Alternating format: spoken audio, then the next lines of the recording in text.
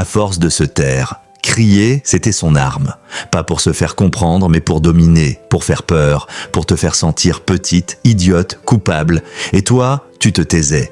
Pas parce que tu n'avais rien à dire, mais parce qu'à chaque tentative, tu te faisais pulvériser.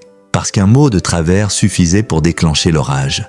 Parce que tu as compris que dans cette relation, ta voix n'avait jamais été la bienvenue. Tu t'es tu pour éviter le pire, pour ne pas attiser la colère, pour préserver un semblant de calme. Mais en vérité, tu n'as pas évité le conflit. Tu l'as juste encaissé. Tu l'as pris dans les tripes, dans le cœur, dans la gorge, et tu t'es effacé un peu plus chaque fois. Parce que quand quelqu'un te hurle dessus jour après jour, tu ne t'éloignes pas seulement de cette personne, tu t'éloignes aussi de toi-même. T'as fini par croire que ton silence était noble, que t'étais forte de ne pas répondre. Mais c'est faux. Ce n'était pas du courage, c'était de l'usure. Le genre de fatigue qui te fait oublier ce que tu vaux. Parce qu'à force de se faire écraser, on finit par ramper sans même s'en rendre compte.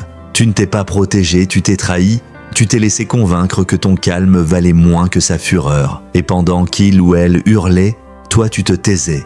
Tu encaissais les humiliations, les mots qui blessent, les gestes qui dépassent, les regards qui écrasent. Et personne ne le voyait, parce que tu faisais en sorte que ça ne paraisse pas, parce que tu voulais juste que ça passe. Mais la vérité, c'est que tu crèves à petit feu quand on t'agresse verbalement et que tu dois rester digne pendant que l'autre pète un câble. Ce genre de personne, elle ne veut pas parler, elle veut gagner, elle ne veut pas entendre, elle veut avoir raison. Et si tu continues à te taire, tu valides ça. Tu valides l'inacceptable. Tu légitimes cette violence qu'on ne voit pas toujours de l'extérieur, mais qui laisse des bleus à l'intérieur. Tu crois que tu tiens bon, mais tu t'éteins. Tu crois que tu laisses couler, mais c'est toi que tu laisses couler.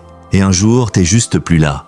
T'as le regard vide, le cœur en veille, la voix enterrée, t'es devenu une version effacée de toi-même. Et ce jour-là, même s'il ou elle continue de crier, il n'y a plus personne en face. Parce que ton silence, il a fini par t'emporter.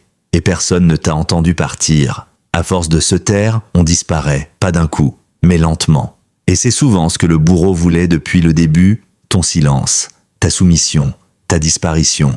Maintenant, il ne tient qu'à toi de revenir. Et pour ça, il va falloir briser quelque chose, pas toi, le silence. Le saviez-vous? Si vous appréciez, abonnez-vous, je vous donne un outil pour t'aider à reprendre ton pouvoir.